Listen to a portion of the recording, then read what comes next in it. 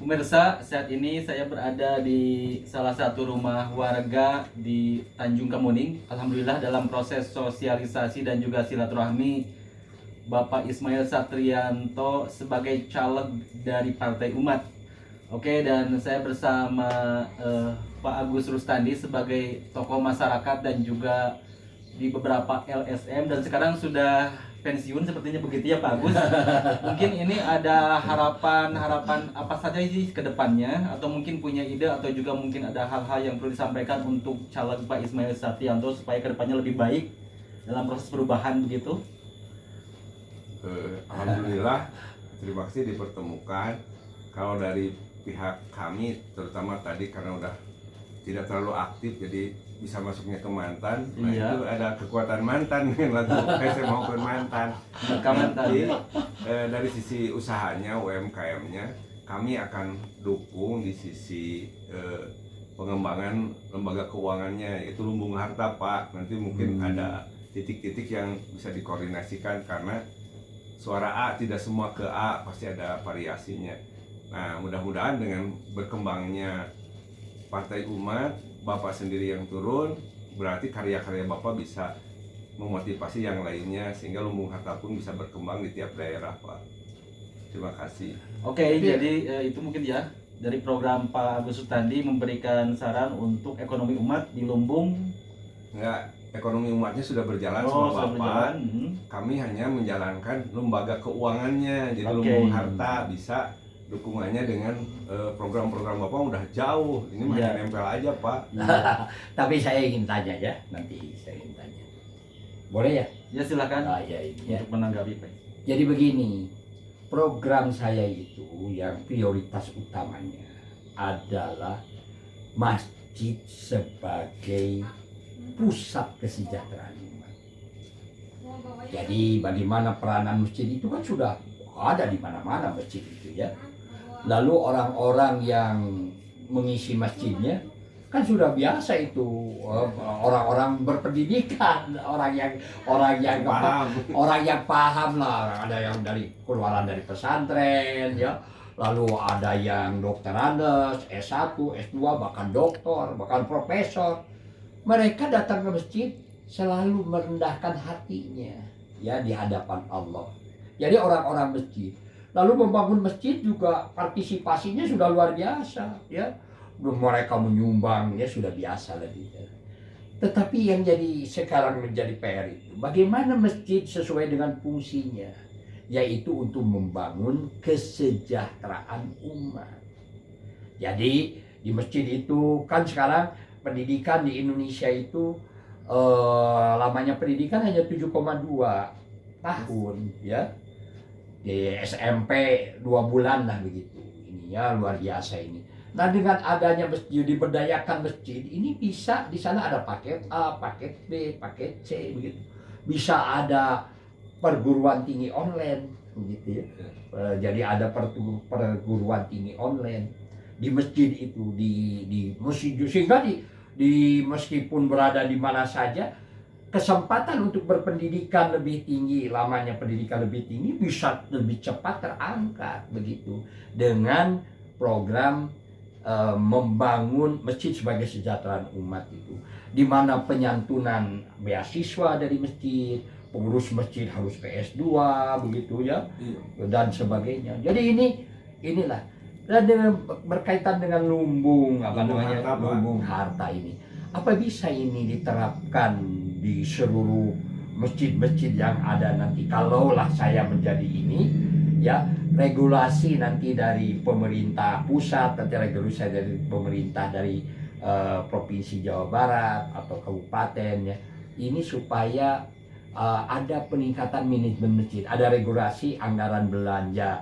negara itu diarahkan untuk pengembangan manajemen masjid sehingga manajemen masjid itu berkembang dengan baik.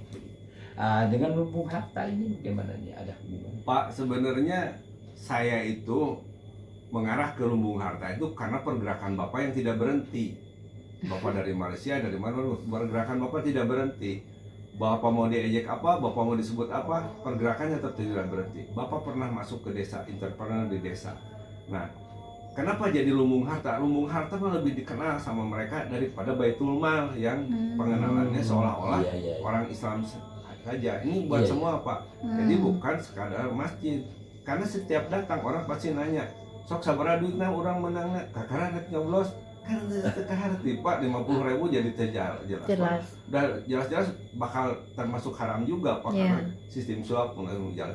Tapi kalau dengan Beli lumbung suara. harta, mereka sudah biasa mengolah harta. Kita tinggal koordinasi saja. Apalagi sekarang dunia digitalnya berjalan. Kan nanti ada jiswah dana abadi umatnya, zakat infak sedekah. Dan itu sudah dikelola Pak. Kita hanya menghimpun catatannya saja Pak. Dengan catatan itu nanti muncul neraca-neraca per DKM Pak.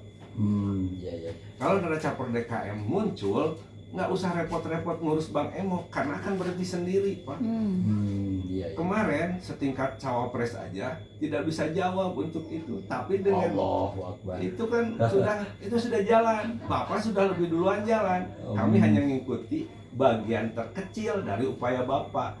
Hanya mencatat ini jadi neraca, hanya mencatat ini jadi dengan Formula 9 itu jadi koperasi Pak semua. Kalau jutaan koperasi datang ke Pak Teten Mas Duki, Pak Teten akan berhenti Pak. Gitu aja. Allahu Akbar. Ini begitu saja ya.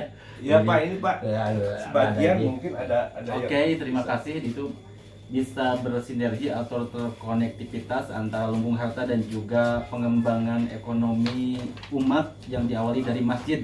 Itu merupakan salah satu program dari Bapak Ismail Satrianto dalam program kedepannya.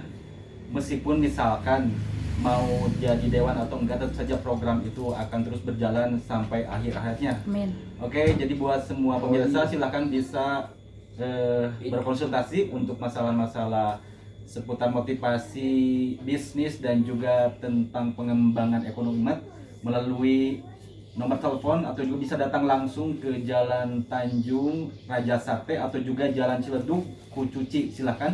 Terima kasih telah menonton. Nanti dulu nanti. Oh iya, dulu. masih Ini ada. contohnya. Wah, Oke. subhanallah, ini memang Oh, luar sudah ada ya, biasa Pak? ya. Sudah Ini terjadi. Ternyata ini langkahnya langkah Bapak ini. Oh ya, ini luar biasa ini. Terima kasih. Saya baru Ini tahu bisa ya dibawa, Pak. bahwa ini berkembang sudah begitu jauh ya. Ya, ini ada dilihat ini untuk pembayaran zakat, ya, infak, sodako, wakaf, hadiah, hibah bagi hasil ya. Subhanallah, ini memang lumbung harta ini sudah luar biasa ya. Ini ya tuh ya. Mudah-mudahan ini bisa berlanjut terus ya. Ya. Bisa dalam tiap masjid lah. Ya, cuman kita tidak sudah sejauh ini. Sejauh ini. Bapak lebih jauh, ini kita nempel aja Pak. Eh, Kita sering ikuti bergerak. sajak catur segala macam kan permainannya yang saya temui ke. Oh ini, Oh, Bapak mainnya iya. ke sini, Bapak mainnya ke sini. Saya wujudkan di sini. Masya Allah. Ini ada kwitansi. Bapak tahu sekarang lembaga keuangan milik Pemda hancur semua Pak. Allahu Akbar. Allahu Akbar. Kalau tidak segera diselamatkan umatnya, kan ada partai umat. Buat apa dinamakan partai umat kalau tidak menyelamatkan umatnya? Itu. Allahu Akbar, ya betul ya. Pak Haji Rudi Gunawan itu Ya. berpesan di Hari Santri, Pak, kita harus hidup berdasarkan Quran dan sunnah-sunnah Rasulullah. Ya. Kalau tidak dengan partai umat, siapa yang mau melaksanakannya? Ya, Partai Umat memang partai yang berlandaskan Islam rahmatan lil alamin. Ini tidak akan kemana-mana maksudnya Iya, Pak, partai, Partai itu. Umat itu berdasarkan Al-Quran dan Sunnah. Yang paling penting adalah Partai Umat itu adalah tercantum dalam anggaran dasarnya, konsisten melawan kezaliman, menegakkan keadilan ya, Amin. dan membangun Indonesia yang badatun thayyibatun warabun ghafur. Begitu saya Pak Sunsun ya. Oke, terima kasih. Sampai jumpa di langkah amanah Pak Ismail berikutnya. Terima kasih. Assalamualaikum warahmatullahi wabarakatuh. Waalaikumsalam warahmatullahi wabarakatuh.